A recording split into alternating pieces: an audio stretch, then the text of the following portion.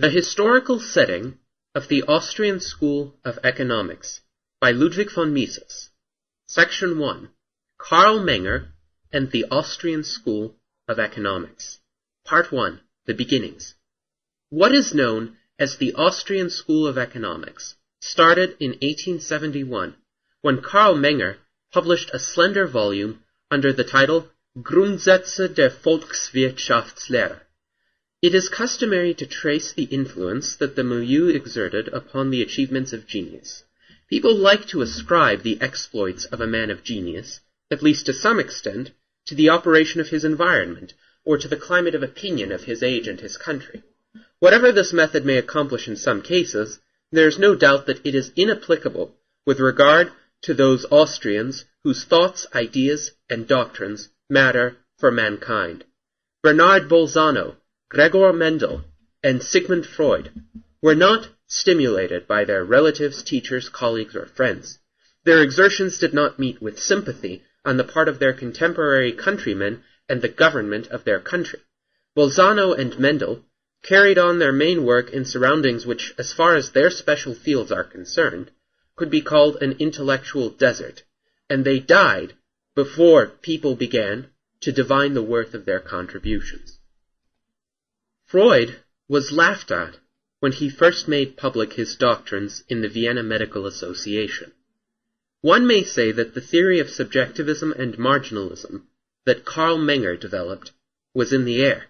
It had been foreshadowed by several forerunners. Besides, about the same time Menger wrote and published his book, William Stanley Jevons and Léon Walras also wrote and published books which expounded the concept of marginal utility. However this may be, it is certain that none of his teachers, friends, or colleagues took any interest in the problems that excited Menger. When, some time before the outbreak of the First World War, I told him about the informal but regular meetings in which we younger Vienna economists used to discuss problems of economic theory, he pensively observed, "When I was your age, nobody in Vienna cared about these things." Until the end of the 70s, there was no Austrian school. There was only Karl Menger. Eugen von Boehm-bawerk and Friedrich von Wieser never studied with Menger. They had finished their studies at the University of Vienna before Menger began to lecture as a Privatdozent. What they learned from Menger, they got from studying the Grundsätze. When they returned to Austria, after some time spent at German universities, especially in the seminar of Karl Knies in Heidelberg, and published their first books, they were appointed to teach economics at the universities of Innsbruck and Prague, respectively. Very soon, some younger men who had gone through Menger's seminar and had been exposed to his personal influence enlarged the number of authors who contributed to economic inquiry. People abroad began to refer to these authors as the Austrians, but the designation Austrian School of Economics was used only later, when their antagonism to the German historical school came into the open after the publication, in 1883, of Menger's second book, Untersuchungen über die Methode der Sozialwissenschaften und der politischen Ökonomie insbesondere. Part 2. The Austrian School of Economics and the Austrian Universities. The Austrian cabinet, in whose journalistic department Menger served in the early 70s, before his appointment in 1873 as assistant professor at the University of Vienna, was composed of members of the Liberal Party that stood for civil liberties, representative government, equality of all citizens under the law, sound money, and free trade. At the end of the 70s, the Liberal Party was evicted by an alliance of the Church, the princes and counts of the Czech and Polish aristocracy, and the nationalist parties of the various Slavic nationalities. This coalition was opposed to all the ideals which the liberals had supported. However, until the disintegration of the Habsburg Empire in 1918, the constitution which the liberals had induced the emperor to accept in 1867, and the fundamental laws that complemented it, remained by and large valid. In the climate of freedom that these statutes warranted, Vienna became a center of the harbingers of new ways of thinking. From the middle of the 16th to the end of the 18th century, Austria was foreign to the intellectual effort of Europe.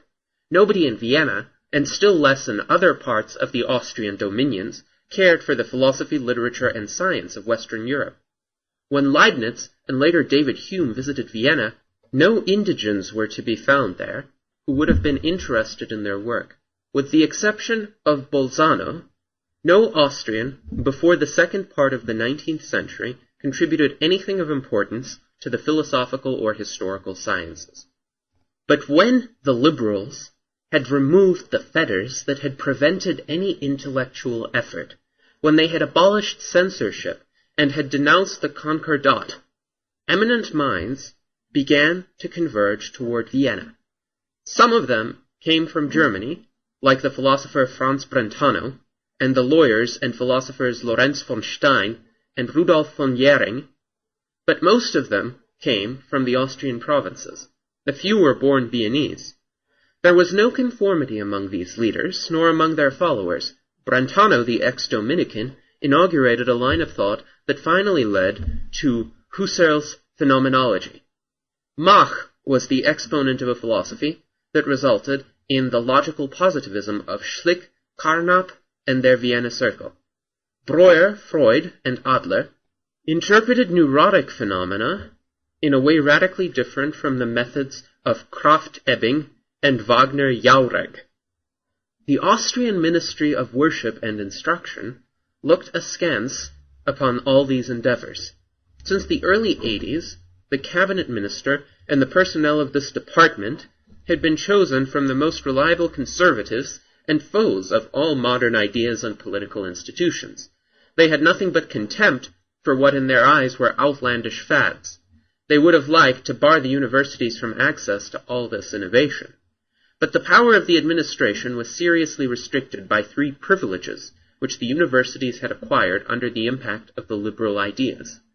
The professors were civil servants and, like all other civil servants, bound to obey the orders issued by their superiors, i.e. the cabinet minister and his aides.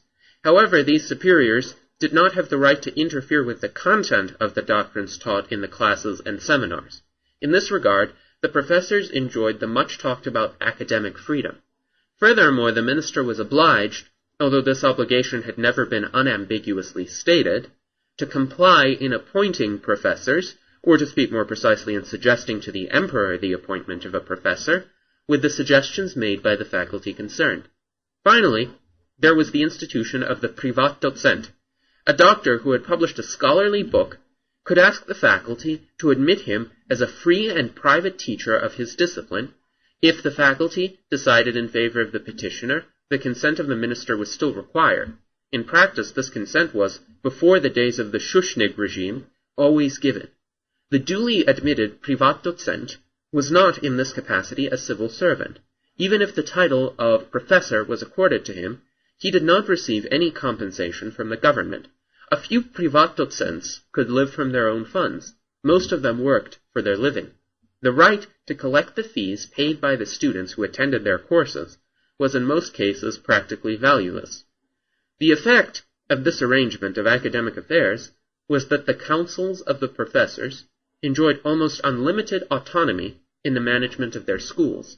Economics was taught at the schools of law and social sciences, Rechts- und Staatswissenschaftliche Fakultäten, of the universities. At most of these universities, there were 2 chairs of economics.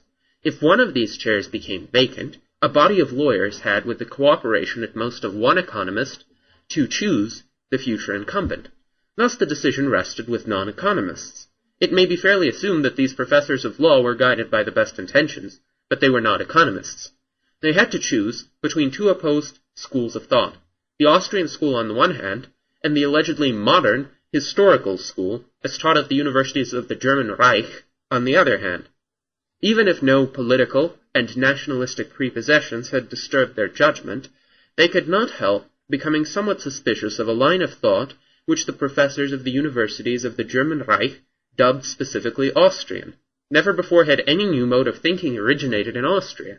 The Austrian universities had been sterile until, after the Revolution of 1848, they had been reorganized according to the model of the German universities. For people who were not familiar with economics, the predicate Austrian, as applied to a doctrine, carried strong overtones of the dark days of the Counter-Reformation and of Metternich. To an Austrian intellectual, nothing could appear more disastrous than a relapse of his country into the spiritual inanity of the good old days. Karl Menger, Wieser, and boehm-bawerk had obtained their chairs in Vienna, Prague, and Innsbruck before the Methodenstreit had begun to appear in the opinion of the Austrian layman as a conflict between modern science and Austrian backwardness. Their colleagues had no personal grudge against them, but whenever possible they tried to bring followers of the historical school from Germany to the Austrian universities. Those whom the world called the Austrian economists were in the Austrian universities somewhat reluctantly tolerated outsiders. Part 3. The Austrian School in the Intellectual Life of Austria. The more distinguished among the French and German universities were, in the great age of liberalism, not merely institutions of learning that provided the rising generations of professional people with the instructions required for the satisfactory practice of their professions. They were centers of culture. Some of their teachers were known and admired all over the world. Their courses were attended not only by the regular students, who planned to take academic degrees, but by many mature men and women who were active in the professions, in business, or in politics, and expected from the lectures nothing but intellectual gratification. Such outsiders, who were not students in a technical sense, thronged, for instance, in Paris, the courses of Renan, Fustel de Coulanges, and Bergson, and in Berlin, those of Hegel, Helmholtz, Mommsen, and Treitschke. The educated public was seriously interested in the work of the academic circles. The elite read the books and the magazines published by the professors, joined their scholastic societies, and eagerly followed the discussions of the meetings. Some of these amateurs, who devoted only leisure hours to their studies, rose high above the level of dilettantism. The history of modern science records the names of many such glorious outsiders. It is, for instance, a characteristic fact that the only remarkable, although not epoch-making, contribution to economics that originated in the Germany of the Second Reich came from a busy corporation council, Heinrich Oswald, from Frankfurt, a city that at the time his book was written had no university. In Vienna also, close association of the university teachers with the cultured public of the city prevailed in the last decades of the 19th century, and in the beginning of our century. It began to vanish when the old masters died or retired, and men of smaller stature got their chairs. This was the period in which the rank of the Vienna University, as well as the cultural eminence of the city, was upheld and enlarged by a few of the Privatdozents. The outstanding case is that of psychoanalysis. It never got any encouragement from any official institution. It grew and thrived outside the university, and its only connection with the bureaucratic hierarchy of learning was the fact that Freud was a Privatdozent with the meaningless title of professor. There was in Vienna, as a heritage of the years in which the founders of the Austrian school had finally earned recognition, a lively interest in the problems of economics. This interest enabled the present writer to organize a Privatseminar in the 1920s, to start the Economic Association, and to set up the Austrian Institute for Trade Cycle Research, that later changed its name to the Austrian Institute for Economic Research. The Privatseminar had no connection whatever with the university or any other institution. Twice a month, a group of scholars, among them several Privatdozents, met in the present writer's office in the Austrian Chamber of Commerce. Most of the participants belonged to the age group that had begun academic studies after the end of the First World War. Some were older. They were united by a burning interest in the whole field of the sciences of human action. In the debates, problems of philosophy, of epistemology, of economic theory, and of the various branches of historical research were treated. The Privatseminar was discontinued when, in 1934, the present writer was appointed to the chair of International Economic Relations at the Graduate Institute of International Studies in Geneva, Switzerland. With the exception of Richard von Striegel, whose early death put an untimely end to a brilliant scientific career, and Ludwig Bettelheim Gabelon, about whom we will have more to say, all the members of the Privatseminar found a proper field for the continuation of their work as scholars, authors, and teachers outside of Austria. In the realm of the spirit, Vienna played an eminent role in the years between the establishment of the Parliament in the early 60s and the invasion of the Nazis in 1938. The flowering came suddenly after centuries of sterility and apathy. The decay had already begun many years before the Nazis intruded. In all nations and in all periods of history, intellectual exploits were the work of a few men and were appreciated only by a small elite. The many looked upon these feats with hatred and disdain, at best with indifference. In Austria and in Vienna, the elite was especially small, and the hatred of the masses and their leaders, especially vitriolic. Part 4. Boehm-bawerk and Wieser as members of the Austrian cabinet. The unpopularity of economics is the result of its analysis of the effects of privileges. It is impossible to invalidate the economist's demonstration that all privileges hurt the interests of the rest of the nation, or at least a great part of it, that those victimized will tolerate the existence of such privileges only if privileges are granted to them too, and that then, when everybody is privileged, nobody wins out, but everybody loses, on account of the resulting general drop in the productivity of labor. However, the warnings of the economists are disregarded by the covetousness of people who are fully aware of their inability to succeed in a competitive market without the aid of special privileges. They are confident that they will get more valuable privileges than other groups, or that they will be in a position to prevent, at least for some time, any granting of compensatory privileges to other groups. In their eyes, the economist is simply a mischief maker who wants to upset their plans. When Menger, Boehm-bawerk, and Wieser began their scientific careers, they were not concerned with the problems of economic policies and with the rejection of interventionism by classical economics.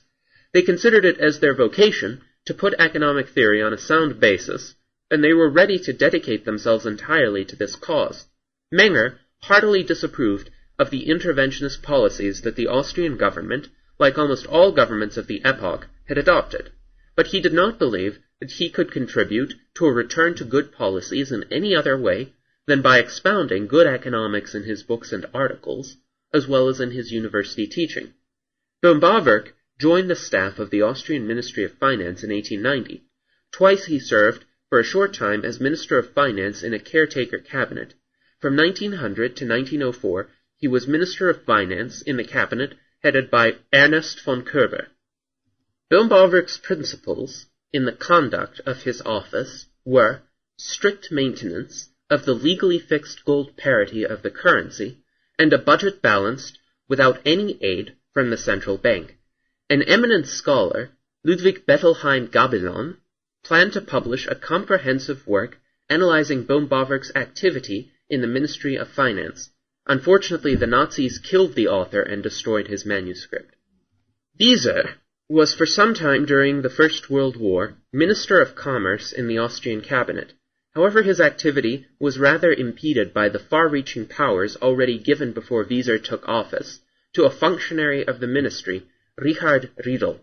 Virtually only matters of secondary importance were left to the jurisdiction of Wieser himself. Section 2. The conflict with the German historical school. Part 1. The German rejection of classical economics. The hostility that the teachings of classical economic theory encountered on the European continent was primarily caused by political prepossessions. Political economy, as developed by several generations of English thinkers, brilliantly expounded by Hume and Adam Smith and perfected by Ricardo, was the most exquisite outcome of the philosophy of the Enlightenment. It was the gist of the liberal doctrine that aimed at the establishment of representative government and equality of all individuals under the law. It was not surprising that it was rejected by all those whose privileges it attacked. the propensity to spurn economics was considerably strengthened in Germany by the rising spirit of nationalism, the narrow-minded repudiation of Western civilization, philosophy, science, political doctrine, and institutions, art, and literature, which finally resulted in Nazism, originated in a passionate detraction of British political economy. However, one must not forget that there were also other grounds for this revolt against political economy. This new branch of knowledge raised epistemological and philosophical problems for which the scholars did not find a satisfactory solution. It could not be integrated into the traditional system of epistemology and methodology. The empiricist tendency that dominates Western philosophy suggested considering economics as an experimental science like physics and biology.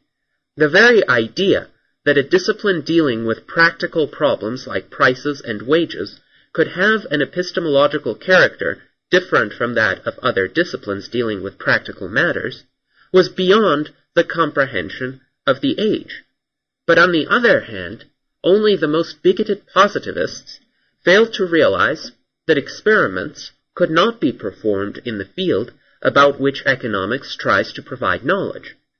We do not have to deal here with the state of affairs as it developed in the age of the neo-positivism or hyper-positivism of the 20th century. Today, all over the world, but first of all in the United States, hosts of statisticians are busy in institutes devoted to what people believe is economic research. They collect figures provided by governments and various business units, rearrange, readjust, and reprint them, compute averages, and draw charts. They surmise that they are thereby measuring mankind's behavior, and that there is no difference worth mentioning between their methods of investigation and those applied in the laboratories of physical, chemical, and biological research. They look with pity and contempt upon those economists who, as they say, like the botanists of antiquity, rely upon, quote, much speculative thinking instead of upon experiments, and they are fully convinced that out of their restless exertion there will one day emerge final and complete knowledge that will enable the planning authority of the future to make all people perfectly happy. But with the economists of the first part of the 19th century, the misconstruction of the fundamentals of the sciences of human action did not yet go so far. Their attempts to deal with the epistemological problems of economics resulted, of course, in complete failure. Yet in retrospect, we may say that this frustration was a necessary step on the way that led toward a more satisfactory solution of the problem. It was John Stuart Mill's abortive treatment of the methods of the moral sciences that unwittingly exposed the futility of all arguments advanced in favor of the empiricist interpretation of the nature of economics.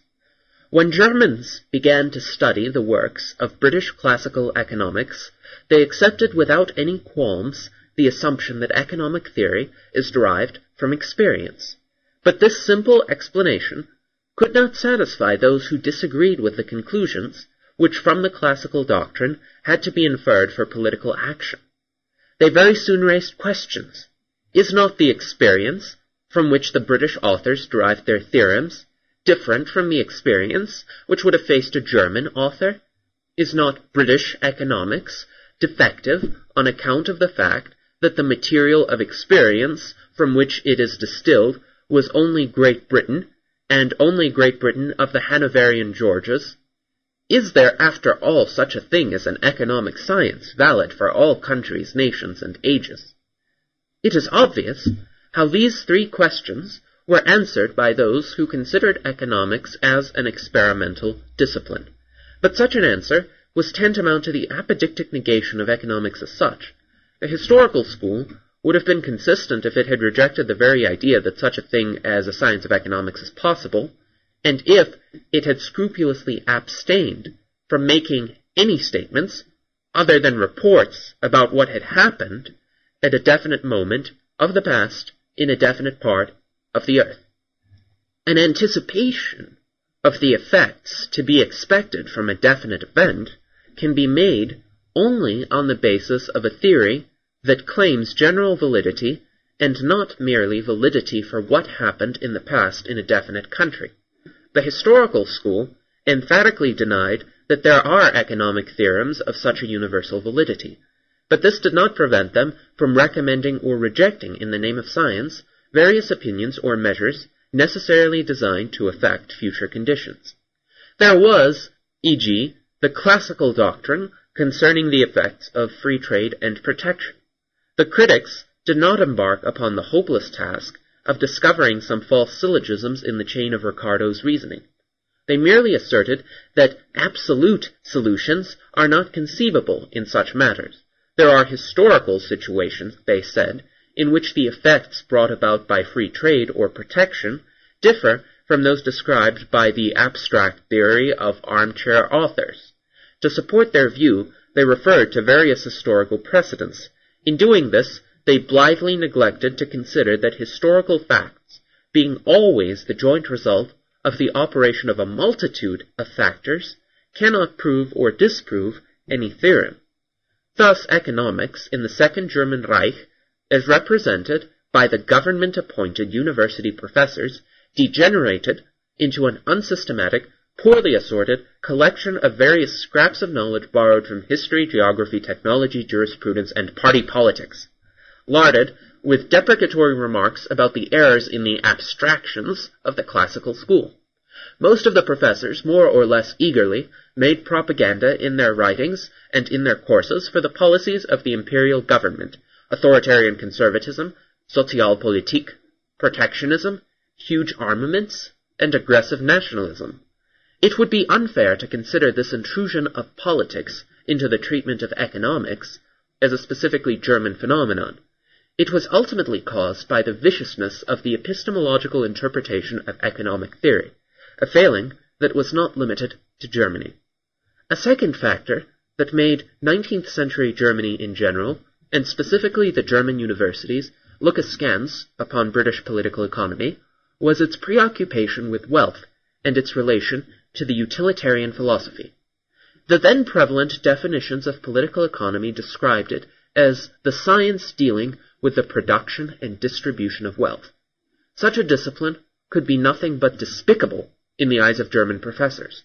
The professors thought of themselves as people self-denyingly engaged in the pursuit of pure knowledge, and not, like the hosts of Benosic money-makers, caring for earthly possessions.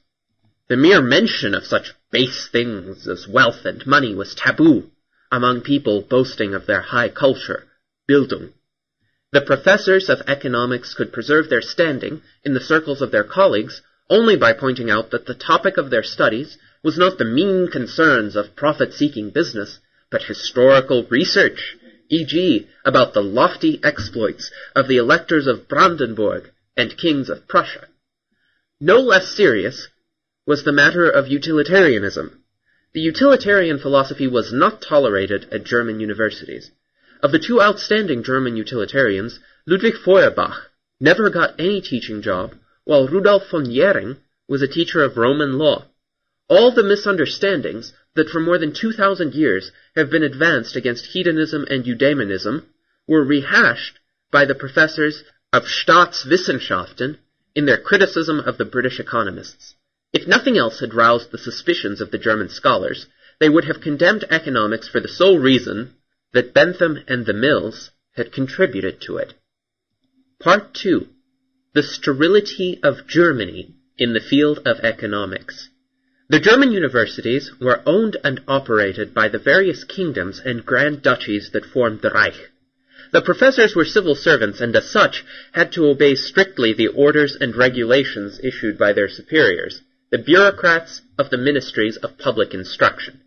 This total and unconditional subordination of the universities and their teachings to the supremacy of the governments was challenged in vain by German liberal public opinion when in 1837 the King of Hanover fired 7 professors of the University of Göttingen who protested against the king's breach of the Constitution. The governments did not heed the public's reaction. They went on discharging professors with whose political or religious doctrines they did not agree. But, after some time, they resorted to more subtle and more efficacious methods to make the professors loyal supporters of the official policy. They scrupulously sifted the candidates before appointing them. Only reliable men got the chairs. Thus the question of academic freedom receded into the background. The professors of their own accord taught only what the government permitted them to teach. The War of 1866 had ended the Prussian constitutional conflict. The King's Party, the conservative party of the Junkers, led by Bismarck, triumphed over the Prussian Progressive Party that stood for parliamentary government, and likewise over the democratic groups of southern Germany.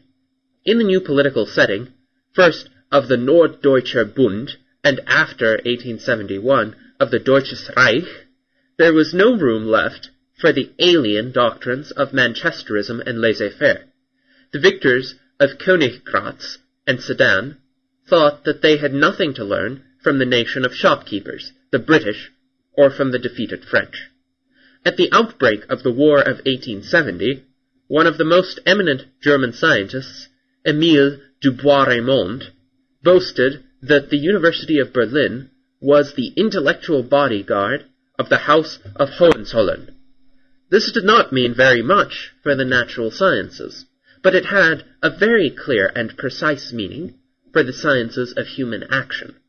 The incumbents of the chairs of history and of Staatswissenschaften, i.e. political science, including all things referring to economics and finance, knew what their sovereign expected of them, and they delivered the goods. From 1882 to 1907, Friedrich Althoff was in the Prussian Ministry of Instruction in charge of university affairs. He ruled the Prussian universities as a dictator. As Prussia had the greatest number of lucrative professorships and therefore offered the most favorable field for ambitious scholars, the professors in the other German states, nay, even those of Austria and Switzerland, aspired to secure positions in Prussia. Thus, Althoff could as a rule make them too virtually accept his principles and opinions. In all matters pertaining to the social sciences and the historical disciplines, Althoff entirely relied upon the advice of his friend Gustav von Schmoller.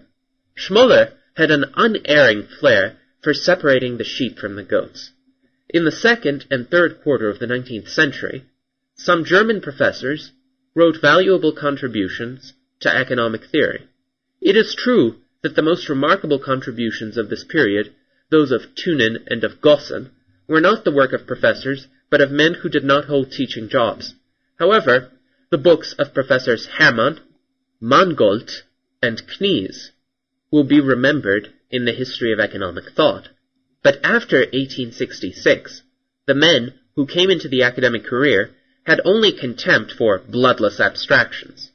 They published historical studies, preferably such as dealt with labor conditions of the recent past. Many of them were firmly convinced that the foremost task of economics was to aid the people in the war of liberation they were waging against the exploiters, and that the God-given leaders of the people were the dynasties, especially the Hohenzollern. Part 3. The Methodenstreit. In the Untersuchungen, Menger rejected the epistemological ideas that underlay the writings of the historical school. Schmoller published a rather contemptuous review of this book. Menger reacted in 1884 with a pamphlet, Die Irrtümer des Historismus in der deutschen Nationalökonomie. The various publications that this controversy engendered are known under the name of the Methodenstreit, the clash over methods. The Methodenstreit contributed but little to the clarification of the problems involved. Menger was too much under the sway of John Stuart Mill's empiricism to carry his own point of view to its full logical consequences. Schmoller and his disciples, committed to defend an untenable position, did not even realize what the controversy was about. The term Methodenstreit is of course misleading, for the issue was not to discover the most appropriate procedure for the treatment of the problems commonly considered as economic problems. The matter in dispute was essentially whether there could be such a thing as a science other than history dealing with aspects of human action. There was, first of all, radical materialist determinism, a philosophy almost universally accepted in Germany at that time by physicists, chemists, and biologists, although it has never been expressly and clearly formulated. As these people saw it, human ideas, volitions, and actions are produced by physical and chemical events that the natural sciences will one day describe in the same way in which today they describe the emergence of a chemical compound out of the combination of several ingredients. As the only road that could lead to this final scientific accomplishment, they advocated experimentation in physiological and biological laboratories. Schmoller and his disciples passionately rejected this philosophy, not because they were aware of its deficiencies, but because it was incompatible with the religious tenets of the Prussian government. They virtually preferred to it a doctrine that was but little different from Comte's positivism, which, of course, they publicly disparaged on account of its atheism and its French origin. In fact, positivism sensibly interpreted must result in materialist determinism, but most of Comte's followers were not outspoken in this regard. Their discussions did not always preclude the conclusion that the laws of social physics, sociology, the establishment of which was in their opinion the highest goal of science, could be discovered by what they called a more scientific method of dealing with the material assembled by the traditional procedures of the historians. This was the position Schmoller embraced with regard to economics. Again and again, he blamed the economists for having prematurely made inferences from quantitatively insufficient material. What in his opinion was needed in order to substitute a realistic science of economics for the hasty generalizations of the British armchair economists was more statistics, more history, and more collection of material. Out of the results of such research, the economists of the future, he maintained, would one day develop new insights by induction. Schmoller was so confused that he failed to see the incompatibility of his own epistemological doctrine and the rejection of positivism's attack upon history. He did not realize the gulf that separated his views from those of the German philosophers who demolished positivism's ideas about the use and the treatment of history. First, Dilthey, and later Windelband, Rickert, and Max Weber. In the same article in which he censured Menger's Grundsätze, he reviewed also the first important book of Dilthey, his Einleitung in die Geisteswissenschaften. But he did not grasp the fact that the tenor of Dilthey's doctrine was the annihilation of the fundamental thesis of his own epistemology, that some laws of social development could be distilled from historical experience. Part 4. The political aspects of the Methodenstreit. The British free trade philosophy triumphed in the 19th century in the countries of Western and Central Europe. It demolished the shaky ideology of the authoritarian welfare state, Landesfürstliche Wohlfahrtsstaat, that had guided the policies of the German principalities in the 18th century. Even Prussia turned temporarily toward liberalism. The culmination points of its free trade period were the Zollvereins customs tariff of 1865 and the 1869 trade code, Gewerbeordnung, for the territory of the Norddeutscher Bund, later the Deutsches Reich. But very soon the government of Bismarck began to inaugurate its Sozialpolitik, the system of interventionist measures such as labor legislation, social security, pro-union attitudes, progressive taxation, protective tariffs, cartels, and dumping. If one tries to refute the devastating criticism leveled by economics against the suitability of all these interventionist schemes, one is forced to deny the very existence, not to mention the epistemological claims of a science of economics and of praxeology as well. This is what all the champions of authoritarianism, government omnipotence, and welfare policies have always done. They blame economics for being abstract and advocate a visualizing, anschaulich mode of dealing with the problems involved. They emphasize that matters in this field are too complicated to be described in formulas and theorems. They assert that the various nations and races are so different from one another that their actions cannot be comprehended by a uniform theory. There are as many economic theories required as there are nations and races. Others add that even within the same nation or race, economic action is different in various epochs of history.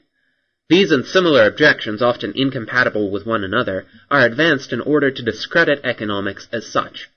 In fact, economics disappeared entirely from the universities of the German Empire.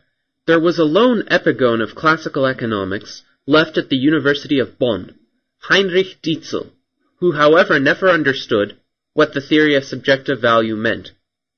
At all other universities, the teachers were anxious to ridicule economics and the economists. It is not worthwhile to dwell upon the stuff that was handed down as a substitute for economics at Berlin, Munich, and other universities of the Reich. Nobody cares today about all that Gustav von Schmoller, Adolf Wagner, Lujo Brentano, and their numerous adepts wrote in their voluminous books and magazines. The political significance of the work of the historical school consisted in the fact that it rendered Germany safe for the ideas, the acceptance of which made popular with the German people all those disastrous policies that resulted in the great catastrophes.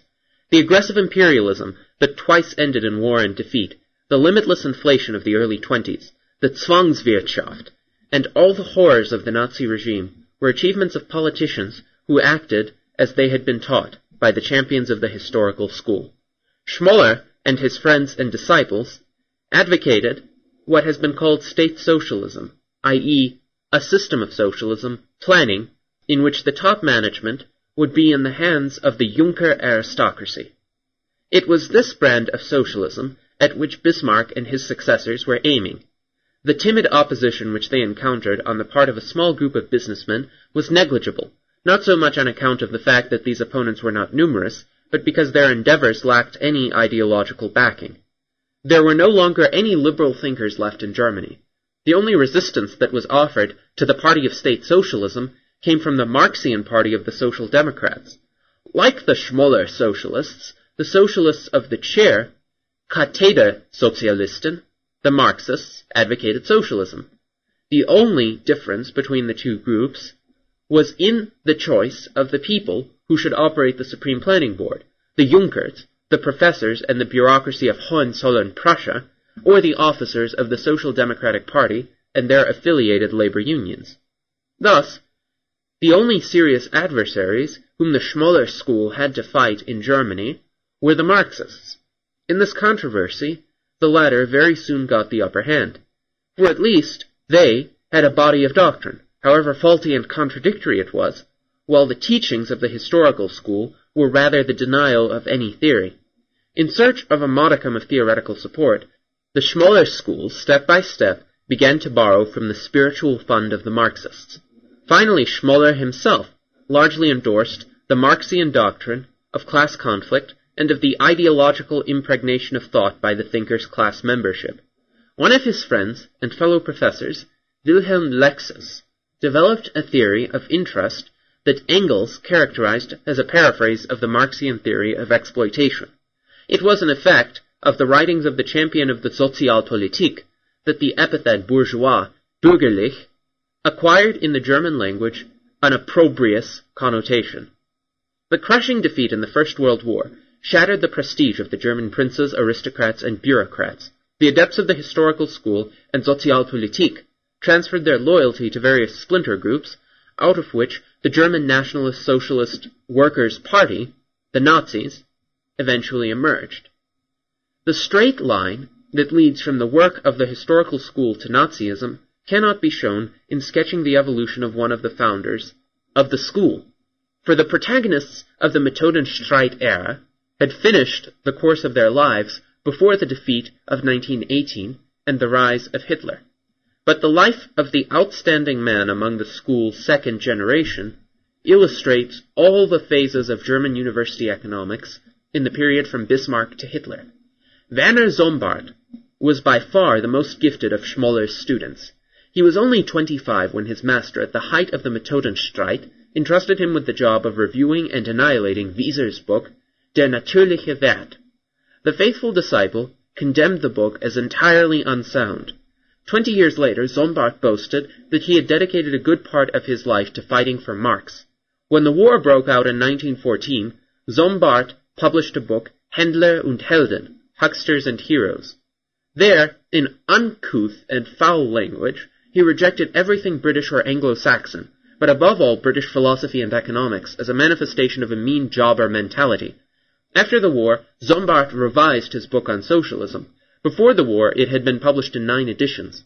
While the pre-war editions had praised Marxism, the 10th edition fanatically attacked it, especially on account of its proletarian character and its lack of a patriotism and nationalism. A few years later, Zombart tried to revive the Methodenstreit by a volume full of invectives against economists whose thought he was unable to understand. Then, when the Nazis seized power, he crowned a literary career of 45 years by a book on German socialism. The guiding idea of this work was that the Führer gets his orders from God, the supreme Führer of the universe, and that Führertum is a permanent revelation. Such was the progress of German academic economics from Schmoller's glorification of the Hohenzollern electors and kings to Zombart's canonization of Adolf Hitler. Part 5. The Liberalism of the Austrian Economists. Plato dreamed of the benevolent tyrant who would entrust the wise philosopher with the power to establish the perfect social system. The Enlightenment did not put its hopes upon the more or less accidental emergence of well-intentioned rulers and provident sages. Its optimism concerning mankind's future was founded upon the double faith in the goodness of man and in his rational mind.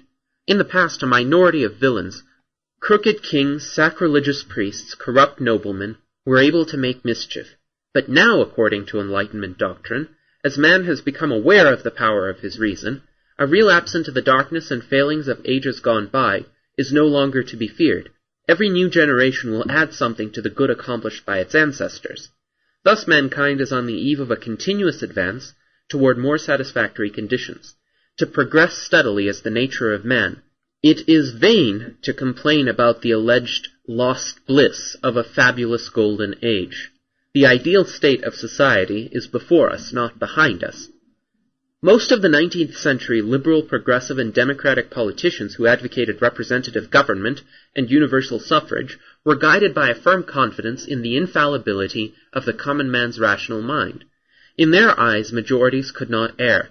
Ideas that originated from the people and were approved by the voters could not but be beneficial to the common weal. It is important to realize that the arguments brought forward in favor of representative government by the small group of liberal philosophers were quite different and did not imply any reference to an alleged infallibility of majorities. Hume had pointed out that government is always founded upon opinion. In the long run, the opinion of the many always wins out. A government that is not supported by the opinion of the majority must sooner or later lose its power. If it does not abdicate, it is violently overthrown by the many. People have the power eventually to put those men at the helm who are prepared to rule according to the principles that the majority considers adequate. There is, in the long run, no such thing as an unpopular government maintaining a system that the multitude condemns as unfair. The rationale of representative government is not that the majorities are godlike and infallible. It is the intent to bring about by peaceful methods the ultimately unavoidable adjustment of the political system and the men operating its steering mechanism to the ideology of the majority. The horrors of revolution and civil war can be avoided if a disliked government can be smoothly dislodged at the next election. The true liberals firmly held that the market economy, the only economic system that warrants a steadily progressing improvement of mankind's material welfare, can work only in an atmosphere of undisturbed peace. They advocated government by the people's elected representatives because they took it for granted that only this system will lastingly preserve peace both in domestic and in foreign affairs. What separated these true liberals from the blind majority worship of the self-styled radicals was that they based their optimism concerning mankind's future not upon the mystic confidence in the infallibility of majorities, but upon the belief that the power of sound logical argument is irresistible. They did not fail to see that the immense majority of common men are both too dull and too indolent to follow and to absorb long chains of reasoning. But they hoped that these masses, precisely on account of their dullness and indolence, could not help endorsing the ideas that the intellectuals brought to them. From the sound judgment of the cultured minority, and from their ability to persuade the majority, the great leaders of the 19th century liberal movement expected the steady improvement of human affairs. In this regard, there was full agreement between Karl Menger and his two earliest followers, Wieser and boehm-bawerk. Among the unpublished papers of Menger, Professor Hayek discovered a note that reads, "There is no better means to disclose the absurdity of a mode of reasoning than to let it pursue its full course to the end." All three of them like to refer to Spinoza's argumentation in the first book of his Ethics that ends in the famous dictum, "Sane sicut lux se ipsam et tenebras manifestat sic veritas norma sui et falsi." They looked calmly upon the passionate propaganda of both the historical school and Marxism. They were fully convinced that the logically indefensible dogmas of these factions would eventually be rejected by all reasonable men, precisely on account of their absurdity, and that the masses of common men would necessarily follow the lead of the intellectuals. The wisdom of this mode of arguing is to be seen in the avoidance of the popular practice of playing off an alleged psychology against logical reasoning. It is true that often errors in reasoning are caused by the individual's disposition to prefer an erroneous conclusion to the correct one. There are even hosts of people whose affections simply prevent them from straight thinking, but it is a far cry from the establishment of these facts to the doctrines that in the last generation were taught under the label sociology of knowledge. Human thinking and reasoning, human science and technology are the product of a social process insofar as the individual thinker faces both the achievements and the errors of his predecessors, and enters into a virtual discussion with them, either in assenting or dissenting. It is possible for the history of ideas to make understandable a man's failings as well as his exploits by analyzing the conditions under which he lived and worked. In this sense only is it permissible to refer to what is called the spirit of an age, of a nation, of a milieu. But it is circular reasoning if one tries to explain the emergence of an idea, still less to justify it, by referring to its author's environment.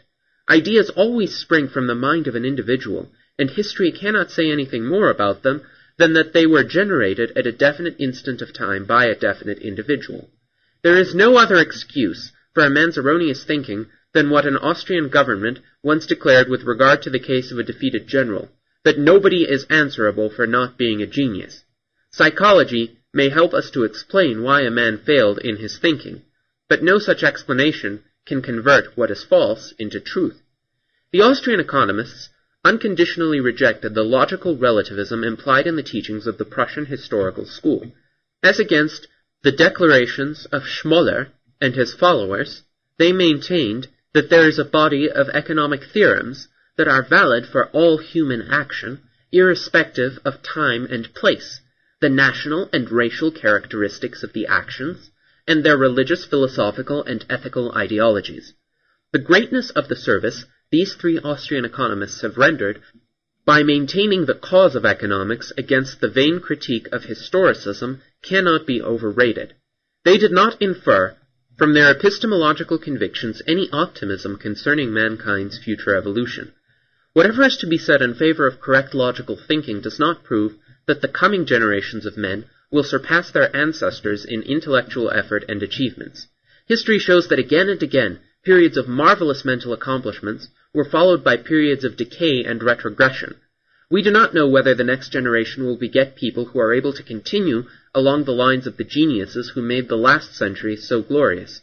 We do not know anything about the biological conditions that enable a man to make one step forward in the march of intellectual advancement. We cannot preclude the assumption that there may be limits to man's further intellectual ascent, and certainly we do not know whether in this ascent there is not a point beyond which the intellectual leaders can no longer succeed in convincing the masses and making them follow their lead. The inference drawn from these premises by the Austrian economists was that while it is the duty of a pioneering mind to do all that his faculties enable him to perform, it is not incumbent upon him to propagandize for his ideas, still less to use questionable methods in order to make his thoughts palatable to people. They were not concerned about the circulation of their writings. Menger did not publish a second edition of his famous Grundsätze, although the book was long since out of print, second-hand copies sold at high prices, and the publisher urged him again and again to consent. The main and only concern of the Austrian economists was to contribute to the advancement of economics. They never tried to win the support of anybody by other means than by the convincing power developed in their books and articles. They looked with indifference upon the fact that the universities of the German-speaking countries, even many of the Austrian universities, were hostile to economics as such, and still more so to the new economic doctrines of subjectivism. Section 3.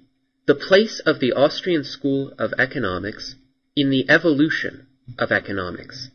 Part 1. The Austrian School and Austria. When the German professors attached the epithet Austrian to the theories of Menger and his two earliest followers and continuators, they meant it in a pejorative sense. After the Battle of Königgrätz, the qualification of a thing as Austrian always had such a coloration in Berlin that headquarters of Geist, as Herbert Spencer sneeringly called it. But the intended smear boomeranged. Very soon the designation the Austrian School was famous all over the world. Of course, the practice of attaching a national label to a line of thought is necessarily misleading. Only very few Austrians, and for that matter non-Austrians, knew anything about economics, and still smaller was the number of those Austrians whom one could call economists, however generous one might be in conferring this appellation. Besides, there were among the Austrian economists some who did not work along the lines which were called the Austrian School. Best known among them were the mathematicians Rudolf Auspitz and Richard Lieben, and later Alfred Ammon and Joseph Schumpeter.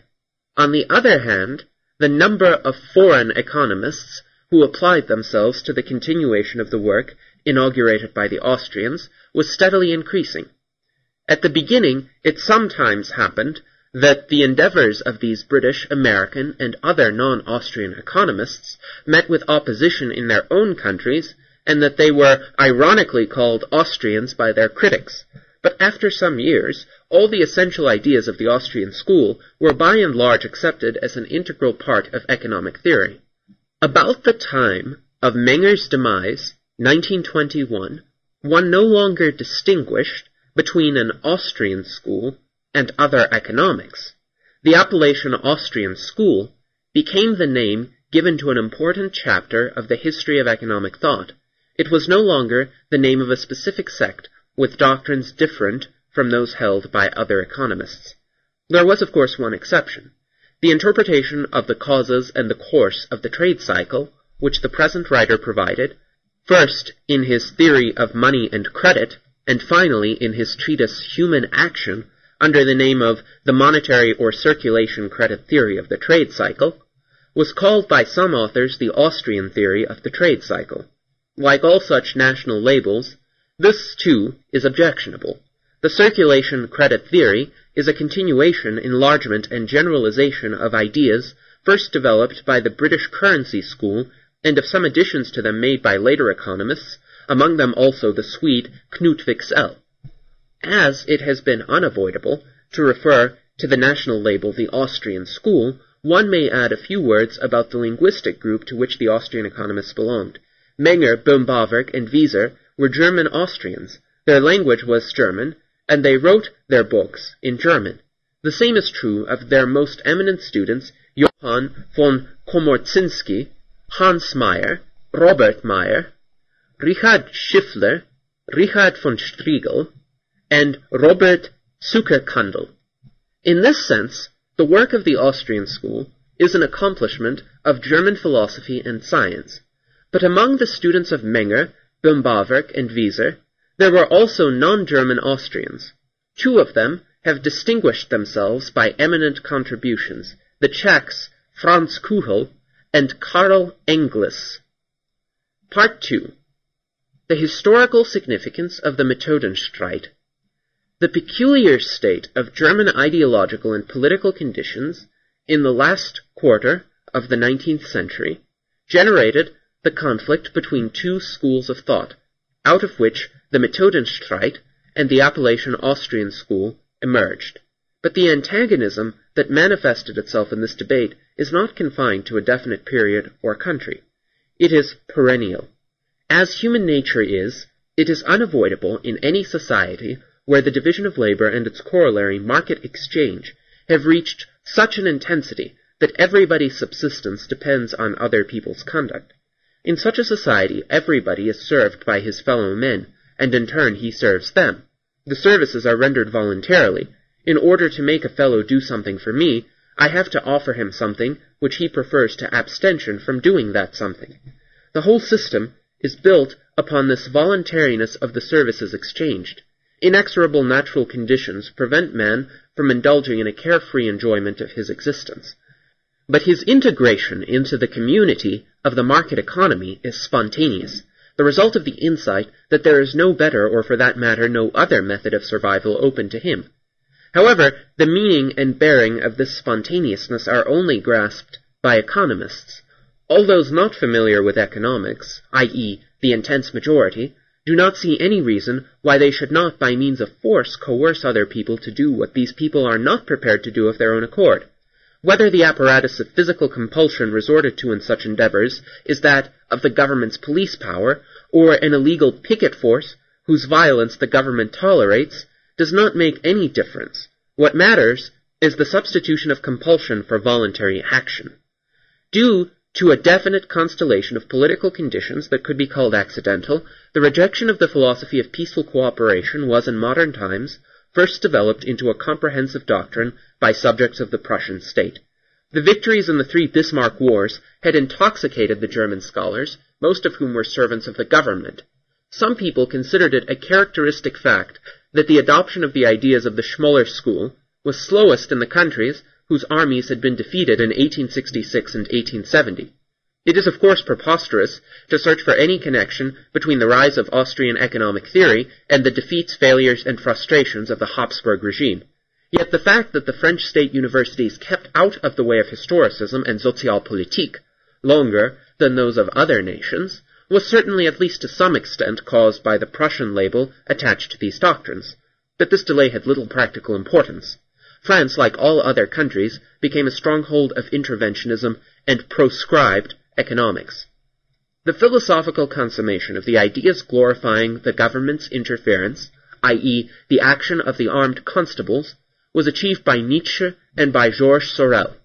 They coined most of the slogans that guided the butcheries of Bolshevism, fascism, and Nazism. Intellectuals extolling the delights of murder, writers advocating censorship, philosophers judging the merits of thinkers and authors not according to the value of their contributions but according to their achievements on battlefields, are the spiritual leaders of our age of perpetual strife. What a spectacle was offered by those American authors and professors who ascribed the origin of their own nation's political independence and constitutions to a clever trick of the interests and were casting longing glances at the Soviet paradise of Russia. The greatness of the 19th century consisted in the fact that to some extent the ideas of classical economics became the dominant philosophy of state and society. They transformed the traditional status society into nations of free citizens, royal absolutism into representative government, and above all the poverty of the masses under the Ancien Regime into the well-being of the many under capitalistic laissez-faire. Today the reaction of statism and socialism is sapping the foundations of Western civilization and well-being. Perhaps those are right who assert that it is too late to prevent the final triumph of barbarism and destruction. However this may be, one thing is certain: society, i.e. peaceful cooperation of men under the principle of the division of labor, can exist and work only if it adopts policies that economic analysis declares as fit for attaining the ends sought. The worst illusion of our age is the superstitious confidence placed in panaceas, which, as the economists have irrefutably demonstrated, are contrary to purpose. Governments, political parties, pressure groups, and the bureaucrats of the educational hierarchy think they can avoid the inevitable consequences of unsuitable measures by boycotting and silencing the independent economists. But truth persists and works, even if nobody is left to utter it.